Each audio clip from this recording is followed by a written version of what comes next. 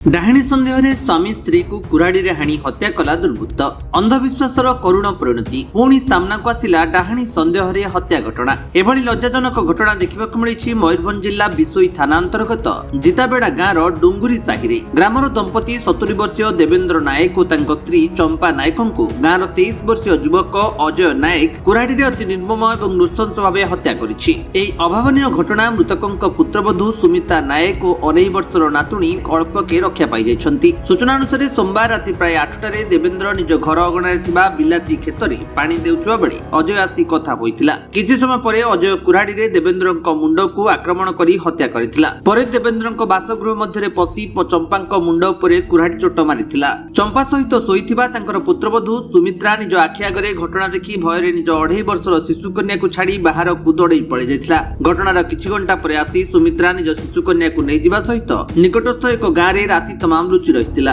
आज सकाळे सुमित्रा निज घर को आसी एने अन्य एक गाँव रे लौथिबा निज दियर राबेंद्र को नायक को फोन जोगे घटना संपर्क रे जणाइथिला। खबर पाई राबेंद्र घर को पहुंची घटना संपर्क रे बिशोई थाना पुलिस को खबर देइथिले। पुलिस घटनास्थल रे पहुंची तदंत आरंभ करिछि। देवेंद्र और तांको स्त्री चंपा को गुणीगारेडी विद्या प्रभाव रे अभियुक्त अजय को शिशुपुत्र और बापा सुरेंद्र को बारंबार देह खराब हेउथिबा संदेह करि आसुथिला। तेणु ई दंपति को डाहाणी संदेह करुथिला हत्याकारी। संदेह तथा अंधविश्वासर बशवर्ती होई उभय दंपति को अजय एपरी उन्मत्त कांड घटाइछि बोली मृत दंपति परिवार लोके अभियोग करिसंती। घटनास्थल रे additional SP Jadunath Jena, SDPO Gokulananda Sahu, Baripada scientific team एवं बिशोई थाना अधिकारिणी मिनी भोई सहित पुलिस टीम पहुंची हत्यारे व्यवहृत कुराड़ी जबत करिसंती। सेहिपरि फेरार अभियुक्त अजय नायक को गिरफ्त करी थाना रे अटक रखी घटनार अधिक तदंत जारी रखिछि बोली बिशोई थाना पुलिस पक्षरु मिलिथिबा सूचनारु जणा पड़िछि। मयूरभंजरु घासीराम बेहेरांक रिपोर्ट, विश्व विजयी न्यूज ओडिशा।